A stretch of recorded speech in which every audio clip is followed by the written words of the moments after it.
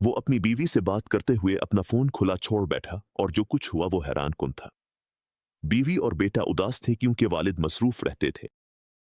एक दिन इसने फैसला किया कि वो जल्दी वापस आएगा, इसलिए इसने अपनी बीवी को फोन किया कि वो वापस आ रहा है और फोन बंद करने से पहले इसने महसूस किया कि इसकी बीवी अभी भी लाइन पर है और उसने इसे उसामा से बात करते हुए सुना।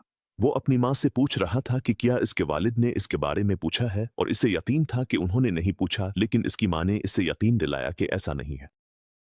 ताहम इसे यकीन था कि इसके वालिद ने ऐसा नहीं किया और उसने अपनी माँ से कहा कि वो अपने वालिद की मोहब्बत महसूस नहीं करता क्योंकि वो इसके साथ नहीं बैठते। इसने बात जारी रखी, क्या आप जानती हैं उम्मी, जब मैं अपने दोस्त हादी के पास जाता हूँ तो मैं देखता हूँ कि इसके वालिद इसे गिले लगाते हैं, इसे प्यार करते हैं और इसे अंबिया की कहानियां सुनाते हैं। ये सब कुछ इस वक्त होता है जब वालिद ये बातें सुन रहे होते हैं।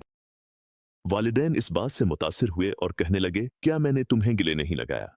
पुरसुकून हो जाओ क्योंकि तुम्हारे वालिद किसी भी वक्त आ जाएंगे। उसामा ने जवाब दिया, लेकिन मैं अपने वालिद की मोहब्बत के लिए तरस रहा हूँ। तो माँ ने वालिद की गैर मौजूदगी की वजाहत करना शुरू कर दी जबकि वालिद ये सब बातें सुन रहे थे।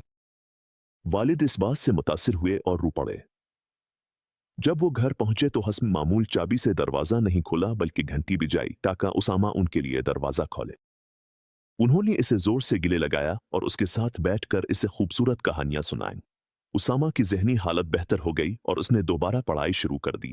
एक खानदान अतो मसाइल का अंबार पैदा कर सकता है या एक सेहतमंद बच्चा, इसलिए फैसला आपके हाथ में है कि आप अपने बच्चे के लिए क्या चाहते हैं।